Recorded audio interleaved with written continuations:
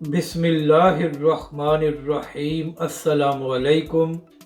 मैं हूं अली असगर और आप देख रहे हैं मेरा यूट्यूब चैनल। इमरान खान से इतनी नफ़रत, पीसीबी की वीडियो पर पीटीआई का सख्त रद्द-ए-अमल। इस वीडियो में हम इसी के मुतालिक बात करेंगे।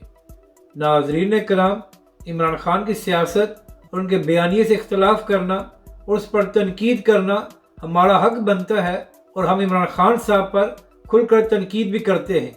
लेकिन अगर बात क्रिकेट की जाए तो इसमें कोई शक नहीं है कि इमरान खान साहब न सिर्फ पाकिस्तान बल्कि दुनिया के बेहतरीन कप्तानों में शुमार होते हैं। और अगर दुनिया के टॉप 5 ऑलराउंडर्स का नाम लिया जाए तो उसमें भी इमरान खान का नाम आता है।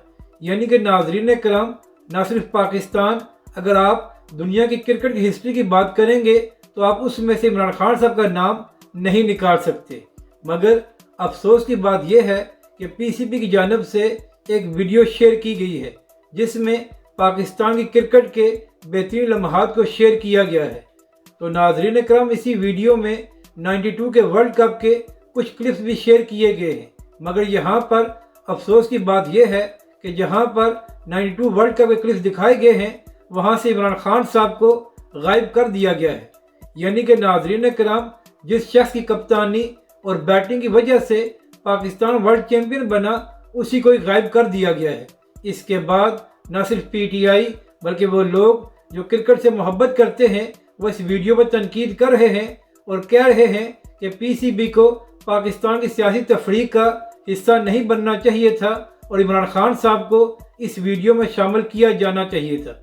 जबकि दूसरी जानब मंसूर अली खान साहब जो सहाफ़ी और तजियाकार हैं और उनके बारे में कहा जाता है कि वो पीटीआई और इमरान खान साहब के सख्त नाकद हैं, तो मंसूर अली खान साहब ने भी अपने व्लॉग में यही बात की है कि जिस तरह पीसीबी ने अपनी वीडियो से इमरान खान साहब को गायब किया है, ये नहायत ही गलत हरकत है और हमें इसकी मजम्मत करनी चाहिए। तो नाज़रीन कराम, क्रिकेट एक ऐसा खेल है जो पूरी कौम को इकट्ठा करता है, तो पीसीबी को इस तरह सियासी तफरीक का हिस्सा नहीं बनना चाहिए।